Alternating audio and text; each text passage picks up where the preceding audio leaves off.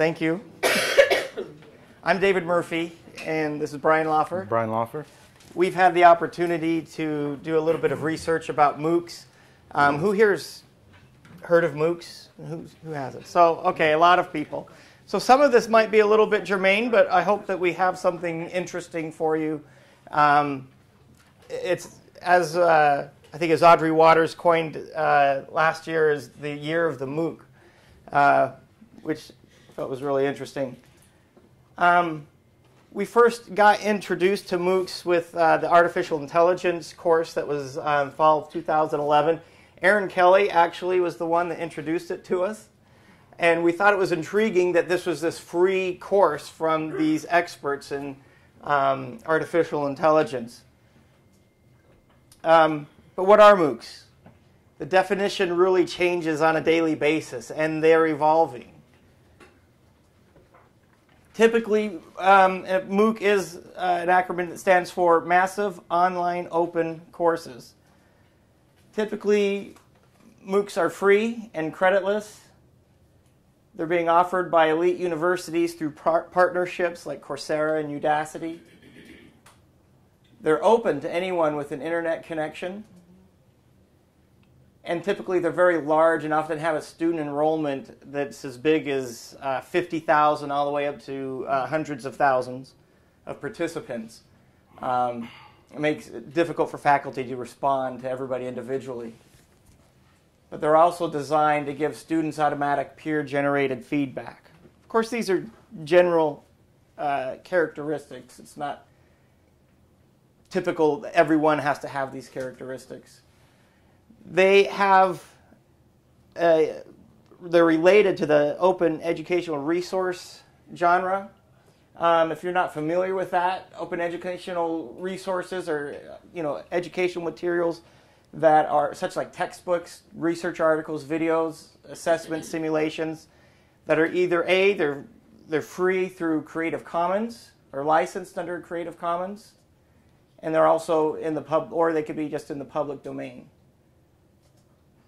David Wiley is credited with introducing the concept of open education in 1998 by generalizing the principles of open source software to educational resources. In 2002, he teamed up with MIT and Utah State University, and the other universities got involved with open courseware projects, such as MIT's. And it wasn't just here in the United States. Around this time, people from India, China, Japan, South America all started an open educational resource centers at different universities. So, these are the two gentlemen who coined the term MOOCs. Dave Cormier and Brian Alexander were both taking a class from Stephen Downes and George Siemens. That was an open, free course, and they came up with the term MOOCs. Unfortunately, we have to live with the term. Not everybody likes it. It sounds funny, right? Okay, we're going to be switching off here a few times, but I just wanted to give you an example of some of the sample MOOC providers out there, of which there are many. This is just a small sample. So you can see all their different logos here. Apple iTunes U is unique because it uses the iTunes Store infrastructure so that educators can put up audio and video content, and that way students are pretty familiar with it already, since they, iPads, iPods, iPhones all use that interface.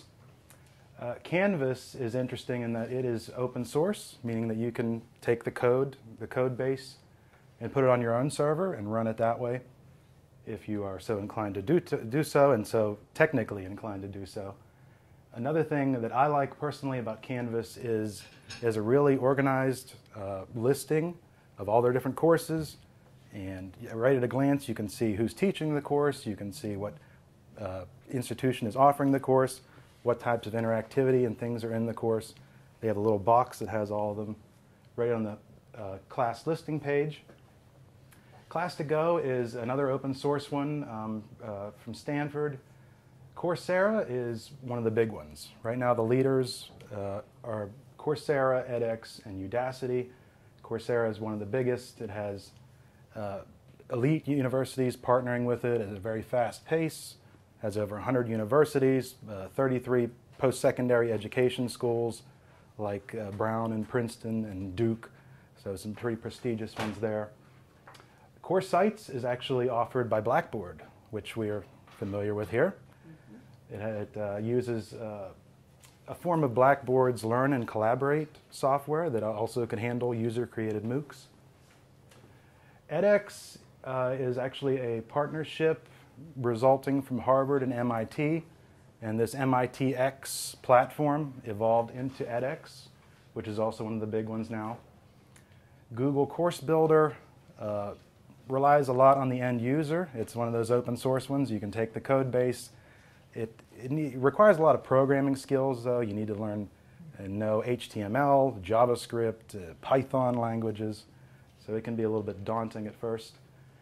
Khan Academy is noted for, one of the unique things about it is it has micro video lectures, and it has almost 4,000, and they're stored on YouTube.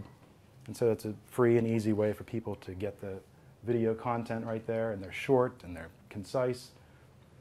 Udacity is an outgrowth from Stanford's 2011 computer science courses, and it was also co-founded by noted educator Sebastian Thrun, who's prestigious in this area.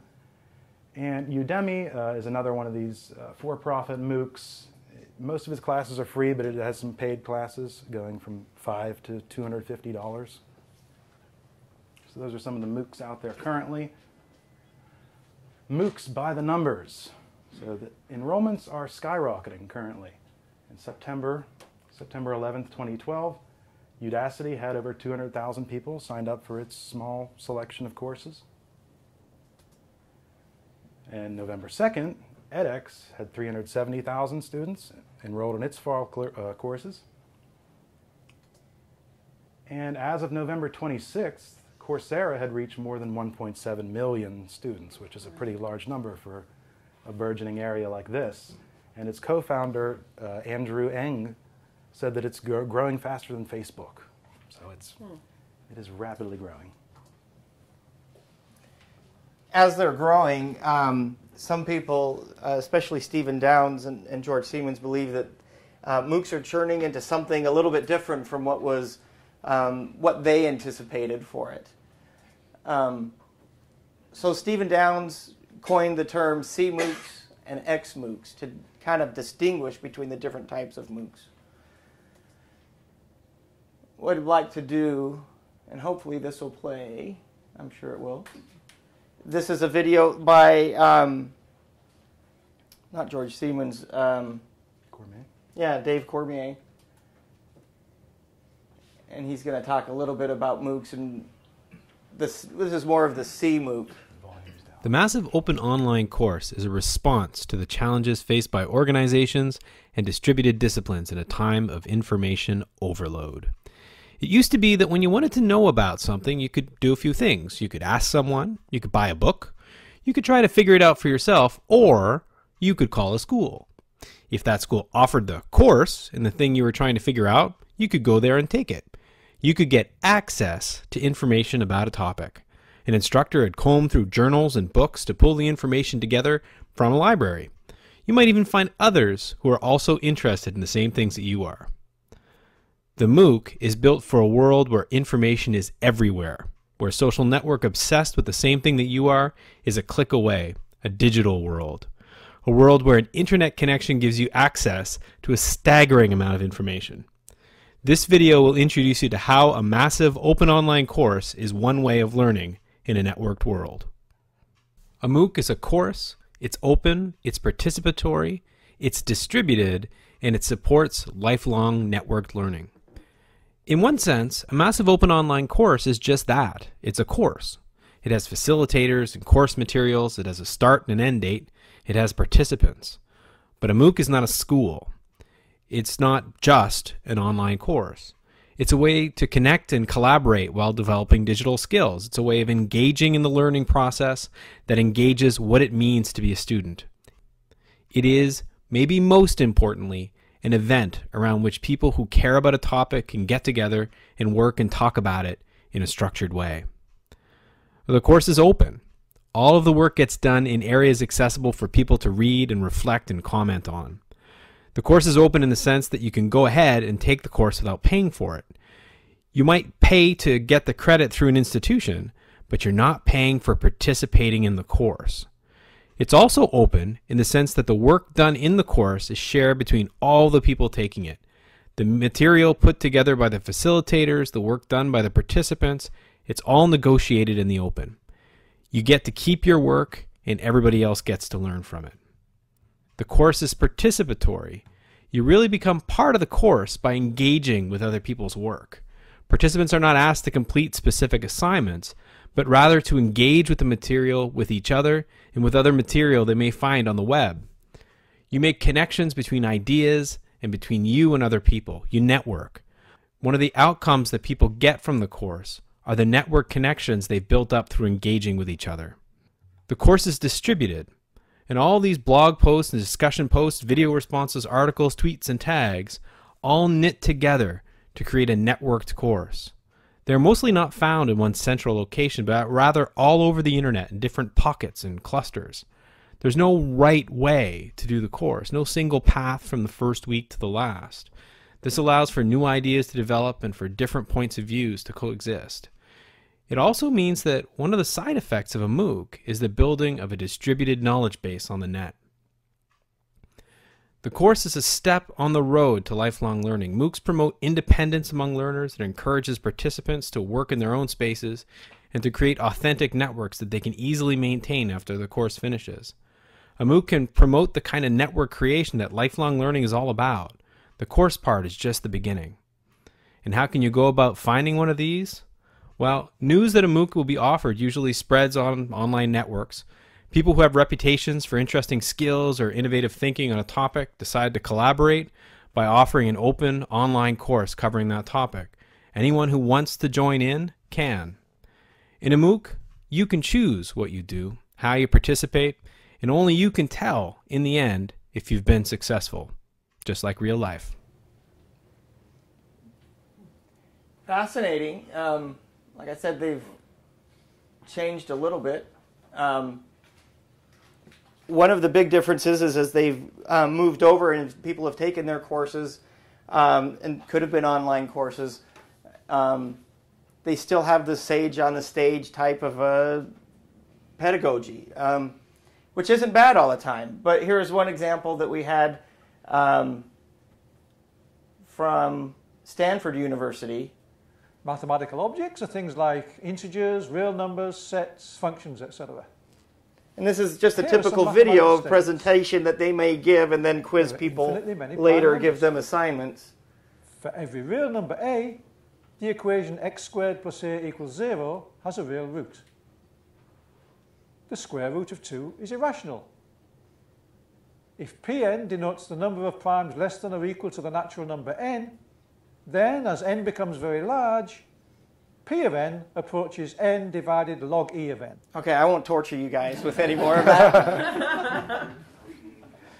But I just wanted to show a little bit of a difference between the cMOOCs and the xMOOCs. Now, the difference, sometimes some are more constructive or, based and versus like a behavioralist type of a pedagogy. But they kind of bleed into one another. The cMOOCs, they're constructivist. Students are encouraged to copy, edit, and then redistribute the content. And this is usually done through the Creative Commons licensing. There's lots of instructor and peer-generated feedback, and it's more of a guide on the side type of a course. Where some of the xMOOCs, they're more behavioralist. They contain an enormous enrollment. They have lots of video, lots of quizzes, tests, and assignments that you have to turn in. They usually, are associated with providers like Coursera, Udacity, but not always. And it's more of the sage on the stage instruction where you get a video presentation of the topic material, and then, they go through these events, learning events, and so on and so forth. Which isn't always a bad thing. I'm not saying one is better than the other. And like I mentioned, these are gross generalizations. Overall, they do have common goals that they try and achieve. Primarily, they offer quality education to the most remote corners of the world. They help people further their careers. And of course, they can help people expand intellectual and personal networks with strong communities. Of course, the instructors are also a boon to it. I mean, who wouldn't want to study with Thrun or Eng or even Kohler, depending on their disciplines? These are famous scientists that are good at what they do, and anybody interested in that topic would want to take something from that instructor. Another benefit is that students can study at their own pace. One of the biggest benefits, though, that I feel is that students can make global connections. There's a lot of networking. There's a lot of problem solving among the students there where they can do a lot of crowdsourcing as far as solving issues, coming up with new ideas, and so forth. I think this is one of the biggest benefits that MOOCs can offer. Sir John Daniel also mentions that they'll have an impact in two important ways. He mentions supporting teaching or having a global reach of good instructors throughout the world. And also it's encouraging institutions to develop distinctive missions. I think it's more incentivizing of some pedagogical change that might be needed. He's not alone in this. The authors of The Innovative University, Clayton Christensen and Henry Eyring, talk about how they can customize your education to your learning style. And Christensen also talks about how that it's not going to disrupt, and if you're familiar with Christensen's work, he's always disruptive innovation. He says this is not going to disrupt the traditional brick and mortar schools. Indeed, MOOCs could cut the large costs of higher education, which in the U.S. have increased by 360% above inflation rate since 1986. One of the new things that have come out is MOOC-to-degree. Has anybody seen anything on MOOC-to-degree? The idea is that universities will partner up with MOOC-to-degree to reach students on a global level. So you have everybody from Clayton Christensen to Jeb Bush partnering with MOOC-to-degree and also with academic partnerships to create different online courses that they can distribute globally. And here's some of the different universities. We have Cleveland State, Florida International University, Lamar University, University of Arkansas System, University of Cincinnati, University of Texas at Arlington College of Nursing, University of West Florida, and Utah State University are all partnering with academic partnerships to bring this MOOC-to-degree system together. What MOOC-to-degree does is offer a MOOC that could count for course credit, and that's for free. And anybody can take it anywhere, but they're trying to get them to take other courses after that. So it's like a try before you buy type of a model, which is nothing new, but interesting. Here's another fact. Academic partnerships told reporters via a phone interview that trial runs of their program have seen 72 to 84% of students that complete their courses successfully enroll as regular students. Really? I don't, okay. Yes? At the same time, who monitors their courses for content? So you may complete something, but who actually says that this was worth actually anything other than maybe just casual interest? Good question. And I would say that those universities are probably monitoring things, and it's with the universities and so forth. But like I said, it's kind of a try before you buy scenario. That is a high percentage of conversions, which I think would be worthwhile to investigate. But that's just one model that's just recently hit the headlines as far as new MOOCs. There are also there's other barriers that we'll talk about. There are still some barriers for MOOCs. One is developing self-sustaining revenue models to somehow offset some of these startup and ongoing maintenance costs. Delivering valuable signifiers of completion, such as badges or credentials or some form of credit. Authenticating students in a manner to satisfy accrediting institutions or hiring companies in a way so that the identity of the student is actually known for sure. It's actually provable that that person took the course and it wasn't somebody taking it for them. Providing value that enables higher course completion rates. Currently, course completion rates are very low, hovering at around 10% for most courses and most MOOCs. So an example of this would be at MITx. Despite partnerships with Berkeley and over about $60 million in funding, the Massachusetts Institute of Technology's MITx, which is now a part of edX, its MOOC initiative started with one class initially, and it was on circuits and electronics. And out of 154,763 registrants, in the end, only 7,157 students completed the course. So that completion rate's only about 5%. Compared to a 14% completion rate for Stanford's artificial intelligence class. But the absolute amount of students who completed 7,000 is still impressive. Right, right. And actually MIT was saying that it's such a, yeah, there's such a large number of people taking the class that even though it's a low percentage of people that complete the class, that's still more students than would have taken that class in maybe 40 years or so.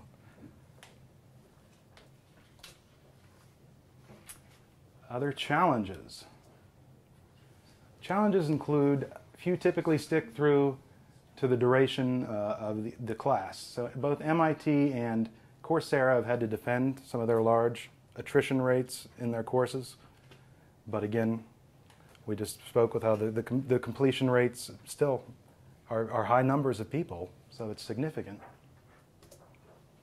Engaging students without overwhelming them. So not throwing everything at them all at once, but guiding them through the process, getting them started, viewing the course content, the videos, the lectures, how to take the assignments, how to participate in discussions, how to do assessments. Also, student experiences and socializing are done virtually and without any real-world tangibility. So this could be a problem for students who thrive on a high level of contact with the instructor. Also, students must be responsible for their own learning, so they have to self-regulate, they have to self-police, they have to set their own goals, they kind of have to be their own advisor. Students can be ill-prepared for university-level work, so we have these classes that are open to anyone in the world. There are bound to be people who take them and the class ends up being way outside of their skill level. Brian, however, the majority of U.S. students who are enrolled in MOOCs are actually individuals with terminal degrees. So right. in the U.S., you're not getting to the undergraduate or the high school or the adult learner. You're getting to the professionals.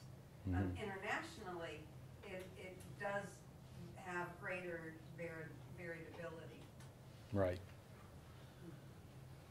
And then, of course, we have the credential models. They're also still evolving, still unproven. Do we give some form of credit? Are there badges, some kind of credentials? And what are badges worth? Is it something that you can show to your boss and say, "Look at this, I'd need a raise," or right? Grading is still imperfect, so anything that can't be auto-graded, like multiple choice or true-false, they have to come up with some creative solutions. So they have to look into crowdsourcing and peer grading. And peer grading can also be kind of imperfect. Cheating is a reality. And actually, Coursera's peer grading process has faced some criticism because there have been instances of some alleged plagiarism. And they're exploring proctored exams to try to combat that. So there's still a lot of unanswered questions, and I'm just going to throw these out here. Can learning and teaching really be scaled up in such an exponential manner? Will proprietary MOOC platforms gradually give way to open source solutions? Will the administrative components of MOOCs, so running a MOOC, is that too complex for teaching units in universities to operate without additional funding and huge resources? Will MOOCs address the challenge of expanding education in the developing world? Will elite universities offer transferable credit or for full credentials for MOOCs at some point? Will traditional undergraduates consider virtual courses an alternative to a residential experience? Will working adults see MOOCs as an alternative to professional education courses? And finally, will employers accept MOOC certificates as evidence of relevant skills? So as we look to the future of MOOCs, as we MOOC to the future, we realize that they are here to stay, and they're evolving rapidly, changing every day. Expectations and methods of presentation are also likely to standardize over time, becoming more consistent and predictable. And the large MOOC enrollment classes can be used as outreach tools to boost future enrollment or do a number of things. Institutions may open their content to a wider audience and extend their reach within the community.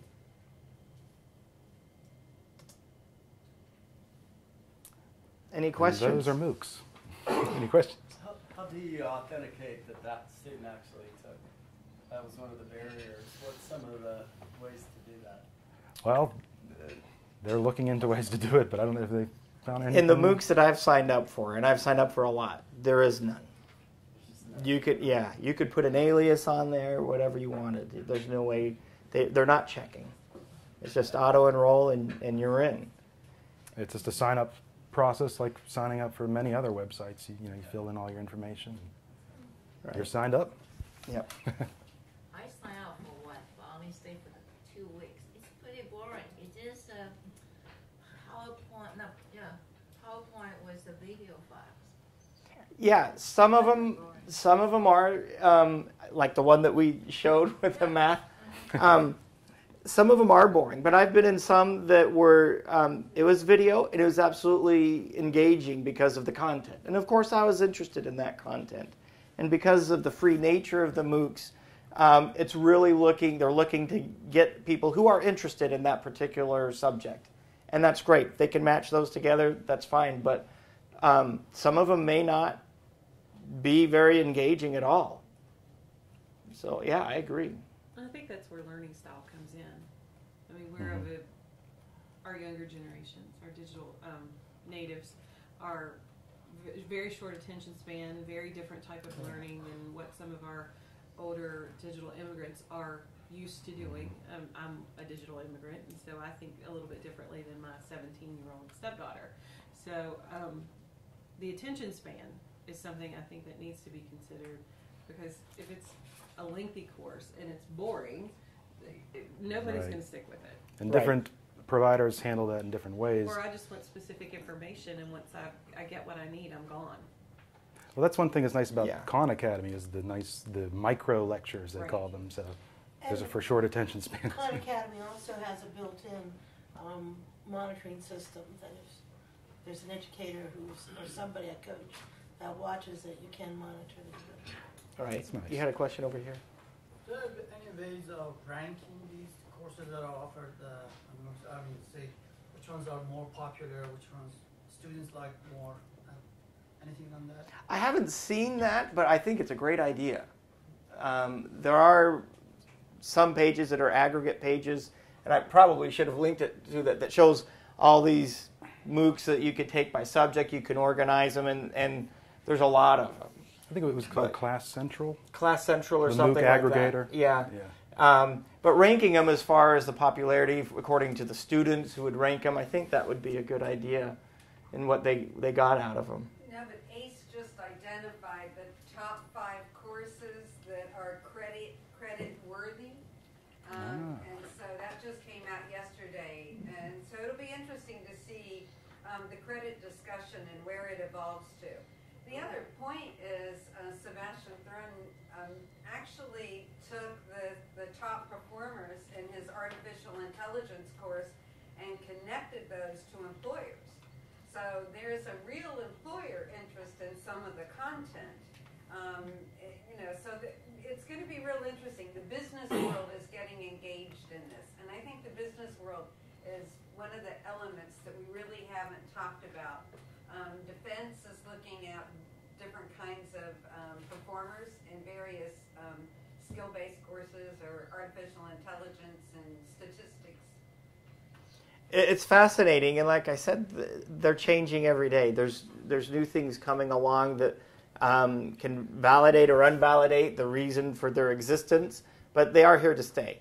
And I think that they will change things, but I think it'll be in a better way. I don't think it's going to disrupt and we're going to be losing jobs. I think it's going to actually make education more attractive and more accessible to people who will then come to get further light and knowledge. Yeah. Question over here? I was going to say, you brought up many different issues, but that open education versus the business model. And so many of those organizations, they were business from the get-go. Yes. Stanford guy made so much money. And that's all. I'm not saying that's all they're concerned with, but I mean, the open education really is way to the left. They are, and some of them are that's why they coined the different terms, cMOOC and xMOOC, to distinguish it. But I really like the constructivist view that the cMOOCs have, that you take their information and you run with it and create something new. You share with it. Everybody learns from it. And that's not to say that something from edX doesn't do the same. Thrun had a really good, I liked his videos in his course. So some of them are really well done. Others, not. But isn't that the way life is? Not about any institution right. and the group of faculty they have. Yeah. Yeah, Kathy. I signed up for the MOOC that started this week from Communication Studies, and I haven't had time to really do what I would like to do with it. But one of the things that I found interesting was I watched some of the content, and I decided to check out the discussions. And what I found was by reading the other people's discussions postings, it's made me that much more kind of hell-bent on going and looking at the content so that I can add to the discussion, because I don't want to just speak without having seen what they've seen.